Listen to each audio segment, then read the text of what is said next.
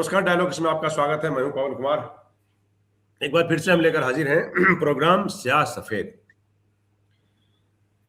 Normally स्याह सफेद में हम लोग राजनीतिक विषयों को छूते हैं और उसको भी छूते हैं जो विषय राजनीति और अर्थशास्त्र से मुतल्लिक हैं। आज एक बेहद महत्वपूर्ण विषय लेकर हम हाजिर हैं आपके पास। विषय यह है कि आपको पता है कि पिछले 4-5 महीने से यूएस ट्रेड डील उलझा हुआ है। तो आप पूछेंगे कि आज क्या हो गया, ऐसा क्या खास हुआ है? खास ये हुआ है कि यूएस के एम्बेसडर ने हिंदुस्तान में कदम रख दिया है। नया एम्बेसडर सर्जियो गोर अभी क्रेडेंशियल देने वाले हैं भारत सरकार में। ये नया एम्बेसडर हैं भारत अमेरिका के भारत में, नए राजदूत हैं। इन्होंने ये आज 2-3 स्टेटमेंट दिया है जो ट्रिगर किया इस बात के लिए कि क्या भारत और अमेरिका का जो ट्रेड डील है, जो निगोशिएशन है, वो कहां तक पहुंचा है। और जो ये डर और आशंका जो एक मन में सबकी थी कि क्या कहीं ऐसा तो नहीं हुआ है कि ये स्टॉल हो गया, तो आज जो इन्होंने कहा है उससे कम से कम ये उम्मीद बंधी है कि नहीं, ऐसा कुछ नहीं हुआ है। और जो हालात हैं उसमें आगे उम्मीद की बहुत बड़ी गुंजाइश है। उनके 2-3 स्टेटमेंट में आपको आखिरी शुरू में पढ़ देता हूं। जैसे उन्होंने कहा कि India and the US are continuing to actively engage on trade deal negotiation, जिससे ये पता चलता है कि अपनी राह पे है इंडिया और यूएस के बीच बातचीत। दूसरा, उन्होंने कहा है कि next round of talk would take place tomorrow. तीसरा, उन्होंने कहा है कि real friends can disagree but will always resolve their differences at the end. उनका इशारा ट्रंप की तरफ है, उनका इशारा इस देश के प्रधानमंत्री मोदी जी की तरफ है। और लास्ट एक छोटा सा स्टेटमेंट जो उन्होंने दिया है वो ये कि no partner more essential than the US. He was basically referring to India. तो ये वो शुरुआती उनके 3-4 छोटे छोटे स्टेटमेंट मैंने आपको समझा दिया है ताकि आपको समझने बूझने में कोई ज्यादा दिक्कत नहीं हो कि क्यों इंपॉर्टेंट है उनका ये बोलना, और क्योंकि वो अभी अभी हिंदुस्तान में कदम रखे हैं, लिहाजा ये बातचीत जब पिछले 2-3 महीने से कहीं नहीं जा रही थी, उनका ये बोलना बहुत अहम है। इस लिहाज से इस मुद्दे पर बात करने के लिए आज हमारे साथ 2 बड़े सीनियर ट्रेड के जानकार हैं। नीलंजन बानिक हैं हमारे साथ, जो प्रोफेसर हैं महिंद्रा यूनिवर्सिटी में स्कूल ऑफ मैनेजमेंट के। नीलंजन और हम लोग अक्सर ट्रेड पे बातचीत करते रहते हैं। दूसरा हमारे साथ अभिजीत मुखोपाध्याय हैं जो चिंतन रिसर्च फाउंडेशन के सीनियर इकोनॉमिस्ट हैं। मैंने दोनों के साथ काम किया है। अभिजीत के साथ मैंने काम किया, एक छत के नीचे हम लोग एक दफ्तर में काम किए हैं, और नीलंजन के साथ हमने हैंड होल्डिंग में काम किया है। जहां हम लोग काम करते थे, नीलंजन वहां के लिए ट्रेड पे और बाकी जो दूसरे विषय हैं उस पर लिखा करते हैं। आप दोनों का स्वागत है हमारे इस कार्यक्रम में, नीलंजन और अभिजीत। सबसे पहले नीलंजन आपसे शुरुआत करता हूं कि आज ये विषय क्यों इंपॉर्टेंट है? ये विषय इसलिए इंपॉर्टेंट है कि अभी बिल्कुल समझिए बेजान पड़ी हुई जो निगोशिएशन थी पिछले 3-4 महीने से, उसमें आज सर्जियो गोर ने ये बोल के जान डाल दी है कि हम लोग India and the US are continuing to actually engage on trade deal negotiations. क्या समझे हम इसका मतलब? इसमें क्या अर्जेंसी है? इसमें क्या क्या पढ़ते हैं? You are reading too much into it? देखिए, यूएस के लिए India for geopolitical reason is a very important partner. Trade बाद में आएगा, बट अगर आप पॉलिटिकल रीजन देखते हैं, चाइना को काउंटर करने के लिए पूरा एशिया में, साउथ एशिया इन पर्टिकुलर में इंडिया ही है। तो कहीं ना कहीं ये होने ही वाला है। मतलब ये जो ट्रेड नेगोशिएशन चल रहा था काफी दिन से, Trump was actually testing water. Basically क्या हो रहा था, अगर आप इंडिया का इंपोर्ट फिगर देखते हैं, हमारा सबसे ज्यादा इंपोर्ट होता है क्रूड ऑयल, और क्रूड ऑयल का जो आंकड़ा है वो रशिया से हम लोग इवन 2 to 3 years बैक हम लोग around 2% of our total crude oil requirement हम लोग रशिया से आमदनी करते थे। अभी वो बढ़कर हो गया था 40%, क्लोज टू 40%। अभी जो चिंता का विषय है जो ट्रम्प ने सोच रहा था, because most part of this trade was happening in rouble and रूपी ट्रेड। बेसिकली हम लोग ये डॉलर जो था उसको बाईपास करके ट्रेडिंग कर रहा था। And this is something what Trump was not liking. इसका यही कारण है बिकॉज यूएस इकोनॉमी का पूरा जो स्ट्रेंथ माना जाता है वो डॉलर से आता है। अगर कोई उसका ट्रेडिंग पार्टनर डॉलर को बाईपास करके अपना ओन करेंसी से ट्रेड करता है, ये उसके ऊपर मतलब सूनर और later is going to hit the economy. तो देखिए, ट्रम्प ने जो वेनेजुएला का साथ किया, जो ईरान के साथ कर रहा है, या फॉर दैट मैटर छोटा छोटा south American and central American nation के साथ जो धमकी देता है, जी वो इंडिया के साथ नहीं कर पाएगा because India is a very big economy and in terms of military power we are one of the largest in the world. अगर आप in terms of number of army man देखते हैं, सो उसके पास एक ही ऑल्टरनेटिव था विच इज वो trade के ऊपर थोड़ा whether he can trick and try to see that India fall in line. Now, China के साथ वो आर्म ट्विस्ट नहीं कर पा रहा है क्योंकि क्या हो रहा है, चाइना के पास रेयर अर्थ मैग्नेट है जो one of the most important constituent element for defense, medical, electronics, automobile industry. Unfortunately India के पास ऐसे आर्म ट्विस्ट करने के लिए कोई हमारा पास जो ट्रेड होता है बिटवीन इंडिया एंड अमेरिका, वैसे टाइप हमारे पास कोई मटेरियल नहीं है। And therefore what Trump was trying to do is China arm twist करके उसका जो कॉर्न और agricultural item, even animal husbandry जो प्रोडक्ट था उसको बंद कर दिया था। वो ट्रम्प चाह रहा था इंडिया में बेचने के लिए। Now the problem with that is अगर आप कॉर्न ले लेते हो, these are all genetically modified seed, मतलब genetically modified item by Niranjan Niranjan हम आ रहे हैं वो एक स्टेप आगे की बात है। हम ये कह रहे हैं कि जो देखिए ऐसा है कि जो अभी सर्जियो गोर जो बहुत ही खासम खास ट्रम्प के हैं, काफी वक्त से उनके साथ काम कर रहे हैं, उनके सिपह सालारों में से एक हैं, उनके भरोसेमंदों में से एक हैं, उनके साथ काम किया, बहुत ही क्लोज रिलेशनशिप है उनके। उसका इस देश में अपॉइंट होना और यहाँ आते ही ये बोलना कि साहब ऐसा है कि दोनों देशों के बीच जो निगोशिएशन अपने पूरे राह पे है और ट्रेड डील नेगोशिएशन कंटिन्यू कर रहा है, ये बोलना आप डिप्लोमेसी के हिसाब से, खासकर ट्रेड डिप्लोमेसी के हिसाब से उसको आप कैसे देखते हैं? देखिए, ये तो एक्सपेक्टेड ही है because this guy has just joined and taken up office. तो it is quite natural to मतलब whatever he is saying, ये क्वाइट नेचुरल है, मतलब it's not out of the box, you know. जो देखने वाला है, क्योंकि वो शायद वो कल का ट्यूसडे को बोला है that they are going to negotiate. वो मतलब इसका कितना हाउ मच इसके ऊपर हम लोग बिलीव कर सकते हैं वो कल ही पता चलेगा। बट मेरा मानना यही है दैट सूनर और लेटर ये ट्रेड डील हो जाना चाहिए। इन पर्टिकुलर ये ट्रेड डील मेरा मानना ये है बजट के पहले ही होगा। वो देखना पड़ेगा वो मेरा जो सोच है वो सही है कि नहीं। ठीक है जी। अभिजीत, जब हम बात करते हैं, जब दो ट्रेड डिप्लोमेट्स बात करते हैं, या मैं कहूँगा कि वो जो ट्रेड मिनिस्ट्री के लोग हैं या भारत सरकार के जो अधिकारी हैं जो उनको जिनको ऑथराइज किया हुआ है इस पे बोलने के लिए, जब वो ये बात करते हैं कि हम कंस्ट्रक्टिव दिशा में आगे बढ़ रहे हैं, तो ट्रेड की डिप्लोमेसी में इसका क्या मतलब होता है? क्या ये माना जाए कि हम 2 कदम आगे बढ़े हैं? अगर सर्जियो गोर ने ऐसा कहा है आज, तो उसका क्या माना जाए कि हम जो रेस्टोरेशन ऑफ डायलॉग, ऐसा मान सकते हैं?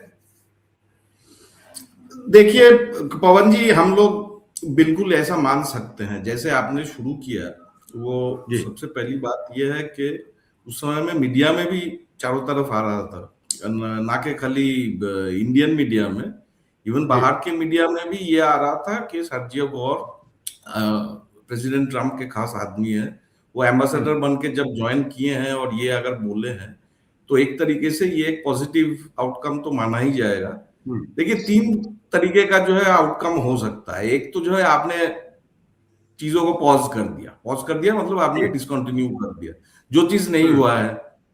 और दूसरा एक तरीका हो सकता है कि आप बोल रहे हो कि नहीं अभी नेगोशिएशन चल रहा है, लेकिन हम लोग ये बोल सकते हैं कि अभी चीजें जो है जिस तरीके से हम लोग एक्सपेक्ट कर रहे थे उस तरीके से नहीं चल रहा है। लेकिन इस तरीके का ऑफिशियल स्टेटमेंट भी दोनों के साइड से, मतलब ना तो इंडिया के साइड से ना यूएसए के साइड से आया हुआ है।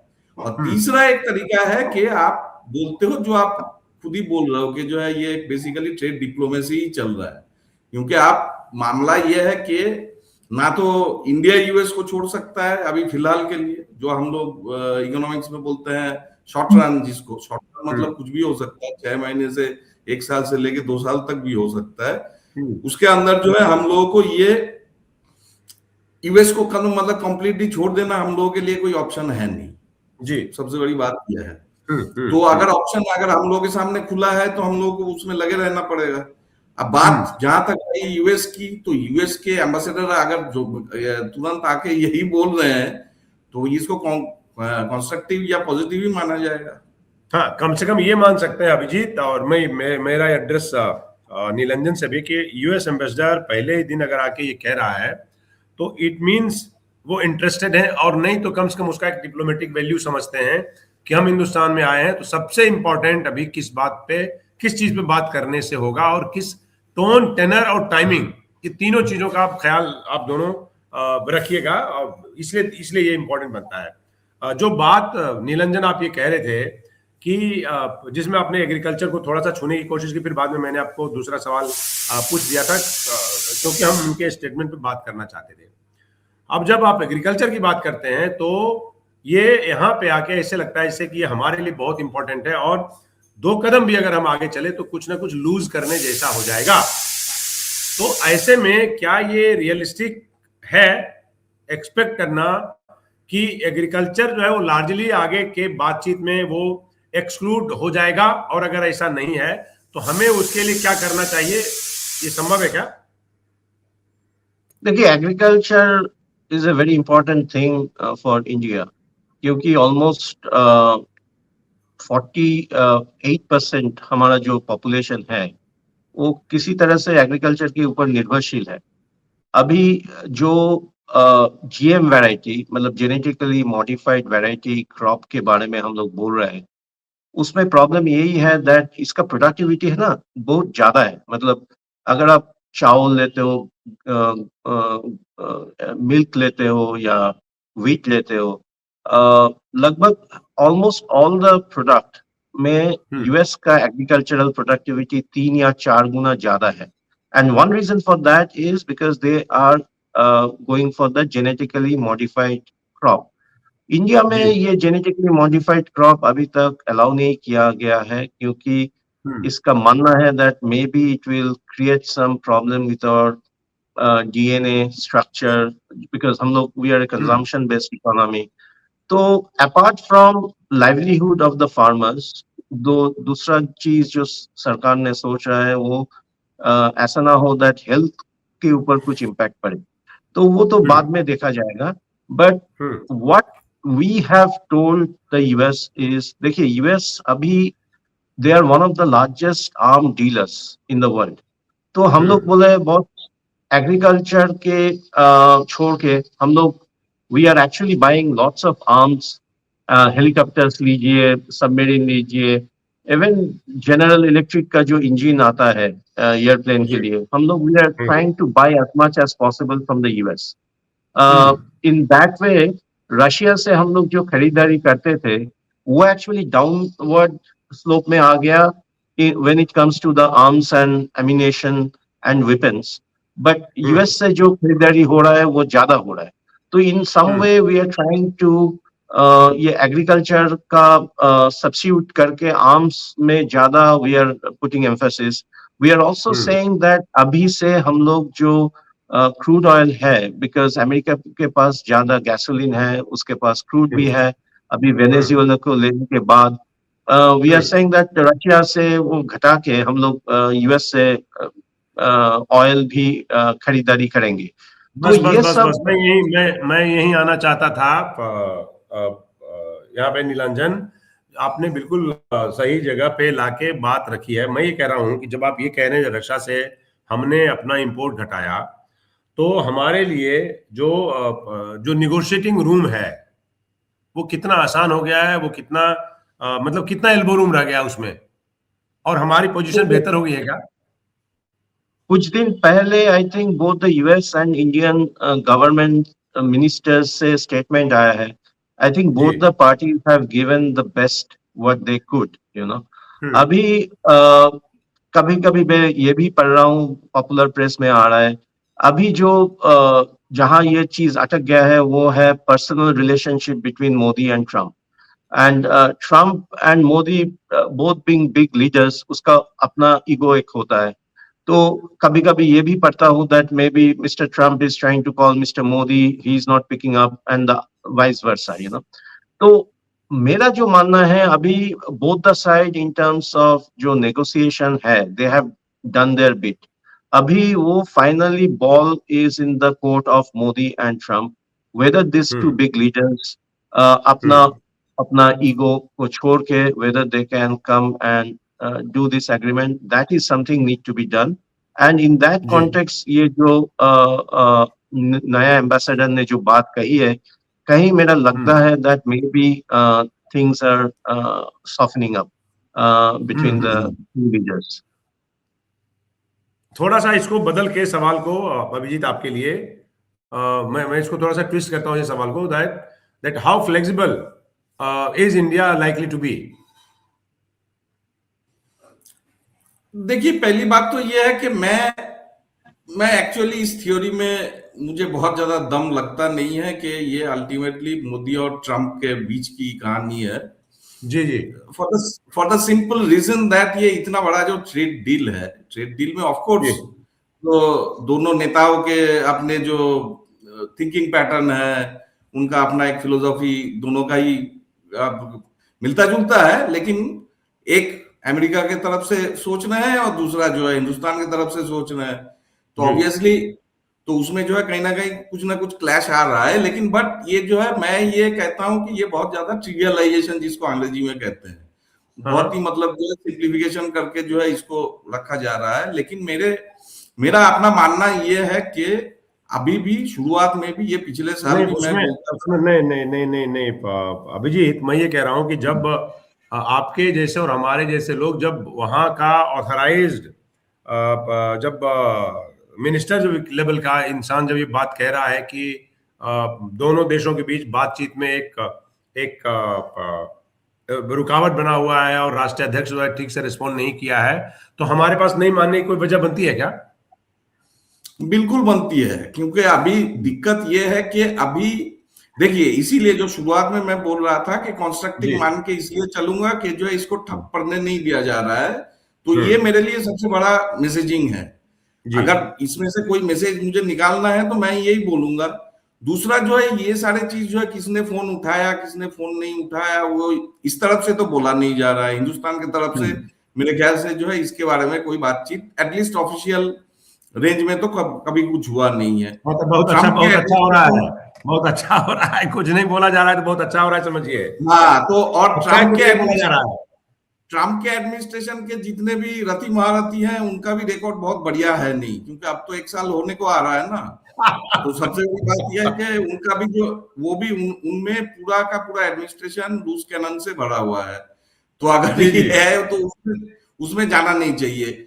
जब मैं ये बोल रहा हूं तो उसके बाद मैं ये बोल रहा हूं कि अल्टीमेटली चीजें जो है वही, जो एक बात पे मैं नीलांजन से सहमत हूं कि वो अल्टीमेटली चीजें एग्रीकल्चर डेयरी इस तरीके के जो है मेजर जगह पे आके ही अटक रहा है। क्योंकि मेरा अपना मानना ये है कि as a president Donald Trump is a very in the second term particularly बहुत ही ज्यादा जो है वो अपना ट्रांजैक्शनल जो रवैया हम लोग जिसको कहते हैं वो उसको वो एकदम पूरा खुला छूट देके जो है उसको एग्जीबिशन कर रहे हैं, मतलब एक तरीके से बोला जाए तो उस हिसाब से अगर देखा जाए वो मतलब अभी इसमें मतलब उनके थिंकिंग पैटर्न मुझे ये लगता है, मैं 1 इंच भी जगह नहीं छोड़ूंगा। चाइना का केस कुछ अलग है, क्योंकि अगर उसमें आप सवाल पूछोगे तो मैं बताऊंगा, लेकिन चाइना का केस कंप्लीटली अलग है। क्योंकि चाइना का केस में जो है बहुत सारे चीज है, क्योंकि उन लोगों का एक नेशनल सिक्योरिटी डॉक्यूमेंट भी आया हुआ है ऑफिशियल, जो उसमें जो है बहुत बहुत बहुत सारे जो इंसाइट मिला है वहां से। खैर उसको मैं छोड़ता हूँ, मैं इंडिया और यूएस में अगर वापस आए तो उसमें सबसे बड़ी बात मुझे ये लगता है कि यहाँ से जो है वो, और उसका मतलब क्या होता है, और बहुत ही सिंपल शब्दों में अगर कहा जाए तो उसमें यह है कि ट्रंप ये कोशिश करेंगे जितना वो निचोड़ सकते हैं तो वो उतना निचोड़ेंगे। जो हाल ही में जितना, खास करके ईस्ट एशिया में जितने भी किए हैं ये सब, कंबोडिया, वियतनाम, यहाँ पे वहां पे एक प्रोविजन ये भी रखा गया है, वो सारे जितने भी मिनी डील कहे आप जैसे भी कहे उसको, वो ये बोल रहे हैं कि ये डील तो मैं कर रहा हूं लेकिन ये डील से मैं कभी भी मुकर सकता हूं, उसका ये प्रोविजन भी डाला हुआ है। मुझे नहीं लगता है कि इंडिया इस तरीके का प्रोविजन के साथ जाएंगे। अभी जो है हम लोगों के जो नेगोशिएटर्स हैं, मुझे नहीं लगता है कि इन लोगों ने ये इन लोगों में से कोई जो है ऐसे कोई प्रोविजन अगर डील में डाला जाता है तो उस डील को ये लोग मानेंगे, मुझे तो इतना लगता है नहीं जी। तो ऑब्वियसली ये एक लंबा प्रोसेस है, ये मेरे ख्याल से जो है ये अभी फिलहाल ये चलता रहेगा। मेरे लिए खुशी की बात यह है कि ये दरवाजा बंद नहीं हो गया है, सबसे बड़ी बात ये आज ये इसमें ऑफिशियल मुहर आज ही लगी है, बड़े दिन बाद, मतलब हफ्तों बाद ऐसा लग रहा है, जिसमें से एक कोई, क्योंकि मैं ये मानता हूं कि जो बातचीत में जो सर्जियो गोर ने जो कहा है उसमें संयम भी दिखता है, उसमें सादगी भी दिखती है, और उसमें एक ना एक वादा सा दिखता है, कमिटमेंट सा दिखता है, और बहुत ही मतलब बहुत गंभीर अंदाज में ये बात कही गई है। नीलांजन, हम ये कह रहे थे कि जो बाकी देश, Japan, south Korea, Cambodia, Thailand, सभी किसी न किसी टेबल पे आके कहीं ना कहीं कॉम्प्रोमाइज कर चुके हैं। हम चाइना जितने मजबूत नहीं है, न उतने ज्यादा संसाधन हमारे पास है, हमारा डिपेंडेंस एक्सपोर्ट पे कई चीजों में बहुत ज्यादा है।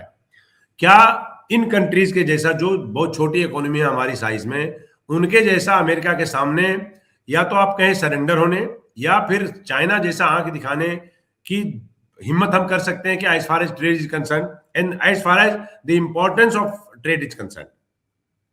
देखिए, जो ये जितना इकोनॉमी के बारे में आप बता रहे हैं, जापान, साउथ कोरिया, इनके साथ इंडिया का एक बड़ा डिफरेंस है।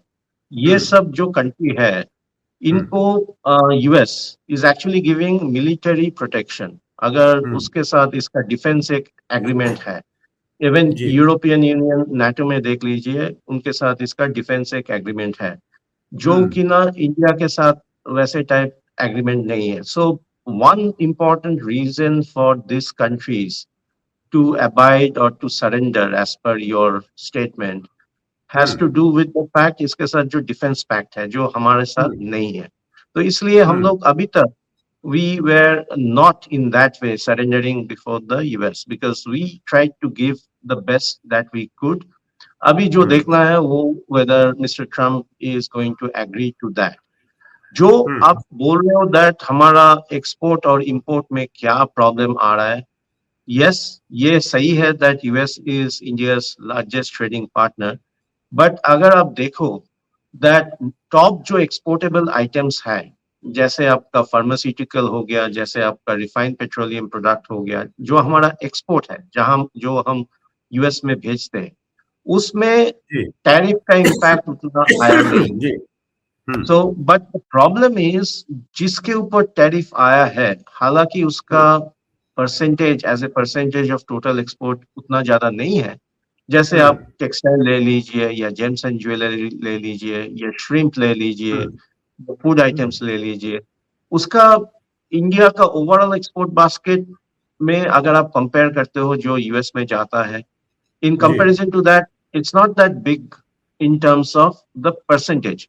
लेकिन ये जितना भी इंडस्ट्री है, ये लेबर इंटेंसिव इंडस्ट्री है, उसमें क्या हो रहा है, ज्यादा से ज्यादा, because it is getting impacted, textile, shrimp, James and jewellery, उसमें क्या हो रहा है दैट वी आवर लेबर्स जो काम करते हैं ये सब इंडस्ट्री में, दे आर गेटिंग, इसीलिए we are actually trying to diversify. जैसे ओमान के साथ हम लोग एक एफटीए बनाया, ये न्यूजीलैंड के साथ हमारा एक एफटीए बन रहा है। So basically we are trying to see that ये जो हम लोग यूएस में नहीं बेच पा रहा है because of tariff, whether we can actually start selling this labor intensive item जो कि ना is impacting our jobs and livelihood. Can we actually start trading with other countries ताकि US में जो problem हो रहा है because of tariff, somehow it get mitigated. एक सवाल मेरे मन में बड़ा अक्सर आता है अभिजीत, मतलब वाइल्ड गैस या कह लीजिए कुछ भी, जब मन डरा हुआ होता है तो इस तरह के सवाल आते हैं। क्या किसी परिस्थिति में ऐसा हो सकता है कि ट्रेड डील, देखिए 3 महीने से आप जब वाणिज्य मंत्रालय के लोगों से मिलेंगे तो ये कहते हैं कि देखिए साहब ऐसा है कि हम तो बाकायदा निगोशिएशन करके फाइनल एक स्टेज पे पहुंच चुके हैं। जो जियो पॉलिटिक्स की बात करते हैं, अभी जब हम लोग थोड़ी देर पहले बात कर रहे थे, इसमें जैसे बायलैटरल ट्रेड की जब बात करते हैं तो उसमें डोमेस्टिक पॉलिटिक्स जो है वो बड़ा इंपॉर्टेंट प्ले करता है, पार्ट प्ले करता है, जिससे हिंदुस्तान में भी और अमेरिका में भी। उसकी वजह से ये ट्रेड में और डिले हो सकता है बहुत ज्यादा, या लगता है कि ये ट्रेड कहीं जाके आगे फिर से ठप हो सकता है, या लगता है नहीं क्योंकि एम्बेसडर ने ऐसी बात कही है तो लिहाजा वो किसी मुझे लगता है कि किसी कोई कहीं से उनको सिग्नल मिला होगा तब उन्होंने ये बात कही है। हाँ, एक तरीके से देखा जाए तो ऑब्वियसली इसमें बात तो डेफिनेटली ये है कि कहीं ना कहीं से सिग्नल अगर नहीं मिलेगा तो एम्बेसडर गॉड ये चीज बोलेंगे क्यों। तो एक तरीके से, लेकिन देखिए एक चीज ये भी है, क्योंकि ये प्रेसिडेंट ट्रम्प पिछले साल वही मतलब जनवरी फरवरी में अब उन्होंने जो बागडोर संभाला और उसके बाद जो है जाने के बाद ही ये टैरिफ वेरी ये सब लगाने के बाद लोगों के मन में एक्चुअली ये चीज पैदा हो गया है कि ट्रेड डील मतलब ऐसे ही चुटकी बजा के होता है। एक्चुअली ट्रेड डील चुटकी बजा के पहले भी कभी नहीं होता था। ट्रेड डील का नेगोशिएशन, ये WTO का एक नेगोशिएशन जो 1947 हम लोग जब जो GATT जिसको कहते हैं उस समय में हम लोग जब इंडिपेंडेंस हम लोगों को मिल रहा था, हम लोग जब स्वतंत्र हो रहे थे उस समय में उसका वो शुरू हुआ था, जो फाइनली जाके 1995 में, आप सोचिए मतलब लगभग जो है 50 साल बाद जाके कहीं ना एक सहमति हुआ और वहां से WTO बना। तो ये भी ऐसी बात है नहीं, क्योंकि ये सुनने में बहुत अच्छा लगता है और न्यूज सर्कल में भी ये बार बार जो है आपको बहुत ज्यादा वो TRP कहिए या क्लिक कहिए या जो भी कहिए वो आपको देता रहता है, लेकिन इसमें टाइम लगता है। और टाइम किस लिए लग रहा है? टाइम इसीलिए लग रहा है क्योंकि अल्टीमेटली इंडिया के भी अगर मतलब जो खास करके जो ये अभी यूके के साथ आपका एक ट्रेड डील हुआ है, यूके के साथ ट्रेड डील, बाकी सारे चीज आप छोड़ दीजिए, यूके के साथ ट्रेड डील में आप देखिए जैसे सीबैम जैसे जो प्रोविजंस है जो यूके में पैदा हुआ है और उसके बाद जो है वो यूके में भी एक तरीके से लागू होने वाला है जहां तक मतलब देखा जा रहा है। तो वो सीबैम तरीके का जो जिसका सीधा सीधा असर अभी फिलहाल जो है स्टील इंडस्ट्री के ऊपर है, उसके बारे में इंडिया इस तरफ से जो है कोई प्रेशर नहीं डाला, कोई दबाव उन लोगों ने नहीं डाला, इंडिया वालों ने नहीं डाला। जब इंडिया वालों ने ये नहीं डाला तो उधर से भी जो एग्रीकल्चर और डेयरी लेके जो यहाँ पे सेंसिटिविटी है तो उसको मद्देनजर रखते हुए तो इन लोगों ने भी जो है उधर से बहुत ज्यादा कुछ प्रेशर डाला नहीं, तब जाके आपका डील हुआ है। न्यूजीलैंड वाले डील में सबसे ज्यादा ये तो मैं जो पिछले हफ्ते ही पढ़ रहा था, क्योंकि उनके जो कोalition है, जो रूलिंग कोalition है, रूलिंग कोalition में एक वो जो भी है जो नेशनलिस्ट पार्टी का ही है, जो भी कही है, जो वो एक हिस्सेदार है पावर में, तो वो भी खुश नहीं है। वो जाके कुछ जो मतलब दूसरे तरीके का जो है कुछ नॉइज किया कि जो है ये डील हम लोगों के लिए अच्छा नहीं है, जिसके चलते जो है न्यूजीलैंड प्राइम मिनिस्टर को आके एक स्टेटमेंट देना पड़ा कि नहीं ये डील हम लोगों के लिए बहुत बढ़िया है।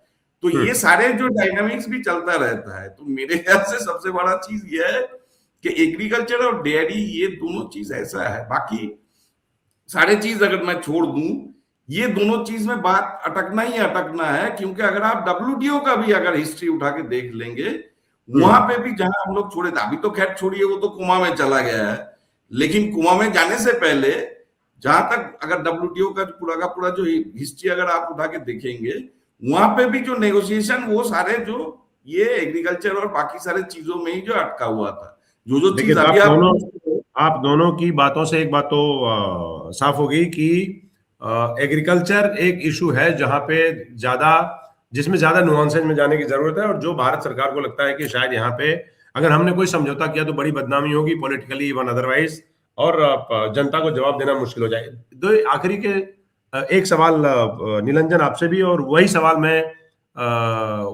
मैं अभिजीत से भी दोहराऊंगा।